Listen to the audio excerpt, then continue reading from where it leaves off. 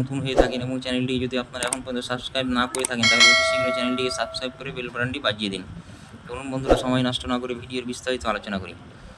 সেপ্টেম্বরের শুরুতেই লক্ষ্মীর ভাণ্ডার প্রকল্পের বিষয়ে বড় খবর।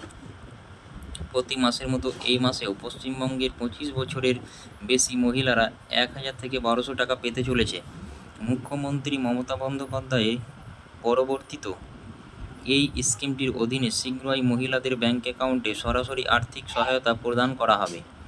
প্রতি মাসের প্রথম সপ্তাহে লক্ষ্মীর ভাণ্ডারের টাকা ঢুকে যায়, কিন্তু চলতি সেপ্টেম্বর মাসে এই টাকা কবে নগদ ঢুকবে তার আপডেট ইতিমধ্যে পাওয়া যায়। মমতা বন্দ্যোপাধ্যায় লক্ষ্মীর ভাণ্ডার প্রকল্পটি তার প্রধান উদ্যোগগুলির মধ্যে একটি। এই স্কিমটির লক্ষ্য বাংলার মহিলাদের মাসিক আর্থিক সহায়তা করা। এই কর্মসূচির প্রবর্তন তার নির্বাচনী সাফল্য একটি গুরুত্বপূর্ণ ভূমিকা পালন করেছিল, কারণ লক্ষ্মীর ভাণ্ডার প্রকল্পটি মহিলাদের সমর্থন ও ক্ষমতায়নের জন্য পশ্চিমবঙ্গ সরকারের একটি বিস্তৃত উদ্যোগের অংশ। এই প্রকল্পের অধীনে প্রদত্ত আর্থিক সহায়তা মহিলাদের দৈনন্দিন চাহিদা মেটাতে সাহায্য করে।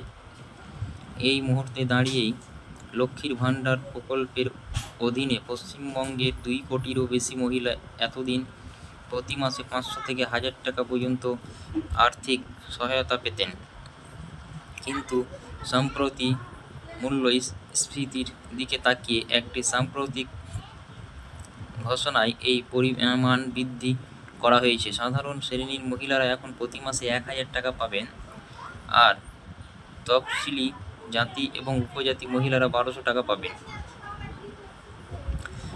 লক্ষ্মীর ভাণ্ডার প্রকল্প থেকে আর্থিক সাহায্য সাধারণত প্রতি মাসে বিতরণ করা হয়, তবে সেপ্টেম্বরের জন্য সরকার ঘোষণা করেছে যে তহবিল অন্যান্য বারের থেকে আগে সরবরাহ করা হবে।